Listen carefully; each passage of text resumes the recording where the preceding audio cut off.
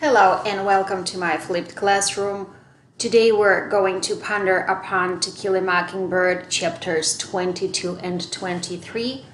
I will put them together for you and I will allow you to ponder upon them together with me. So our first question is going to be about Alexander, Anti-Alexandra, and how she scolds Atticus for allowing children to go and visit the court during the trial. So I will want you to open your books and try to find the exact quote. And you, of course, will find one of the quotes in Oda's, but I want you to, as usual, give the quote that is above and that is under the quote that I give to you. And what is the idea here? What is it about? Why does she do this? Why does she scold Atticus for allowing the children to go and see the court? And what is Atticus's reaction? What does he say? So that's actually the quote. But I will paraphrase the idea for you. Atticus explains that this is the world that we created for our children and they might as well just get adapted to it. That's a wonderful notion of introducing the children to the reality of this world pretty early in their lives. So ponder upon it. Let's go to number 2. Atticus lost the case. He lost the case, but on the other hand, there is this notion of that not everything is lost. It's just a first step towards something bigger that will happen in the future. And definitely he refers to the revolutionary feelings in the society and the changes in the minds of the people, as well as the changes in the system of jurisdiction. So let's have a look at number 3, Miss Maddies' cake. That's interesting. Also, go back to number 2. I wanted to add about how people stood up to show their respect to Atticus, regardless the fact that he lost, and all the food that later on was given to him as the means to express gratitude, thanksgiving for everything that he did, that he tried to do his best. And the cake, Miss Maddies' cake, a very good thing about it is that she woke up early in the morning in order to bake this cake, and also that it reflects her attitude towards Tom's case, that she actually supports those people who don't want to put an innocent person down, and her baking of the cake also resembles the food that the citizens of Maycomb share with Atticus in order to express their gratitude towards him. So how did Judge Taylor help? How did he help? Well, Judge Taylor mostly helped by appointing Atticus as a more experienced judge than anyone else in the city for this case, and that's probably it.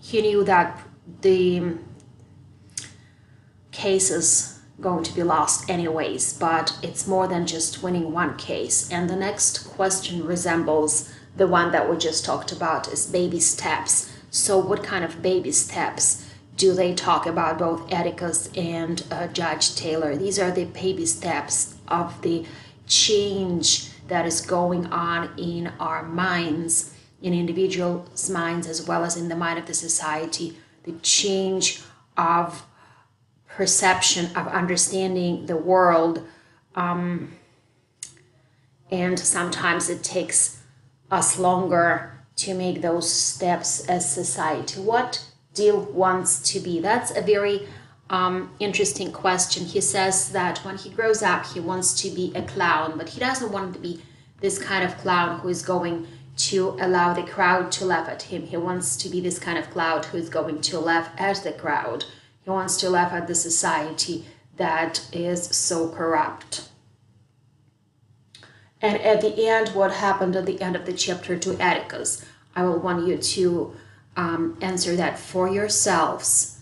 And for that purpose, I also want you to prove a quote. So you will need to look in the books and find the evidence to support your claim. So let's look at chapter 23. First question says, how does Atticus react to Bob Yule's threat? When Bob Yule sees him in the downtown of Macomb, he spits on him and threatens him.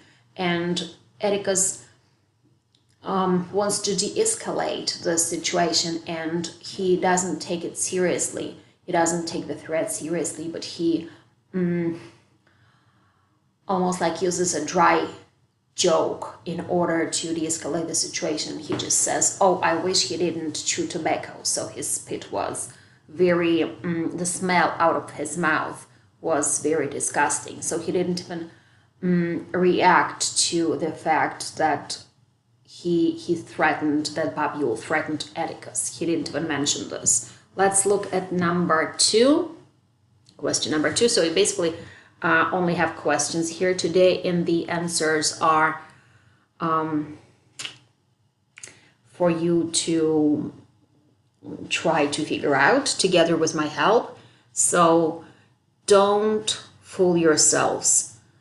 It's all adding up. This is a response or a remark that Atticus addresses to the society, that it's all adding up in a sense that it's all going to change.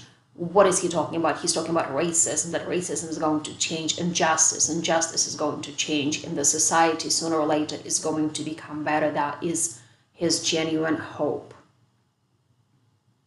Cunninghams are not our kind of faults. So although Auntie Alexandra by the end of the chapter shows some of her respect towards Cunninghams, she still doesn't take them as equals. And this is leading us towards discussion about not only racial discrimination, but class discrimination. So that still exists in our society even today. So I will want you to ponder upon it yourselves as well, and to give some of your ideas. How can we improve the situation, if it's at all possible, to change discrimination and separation and putting people down for various reasons. Okay?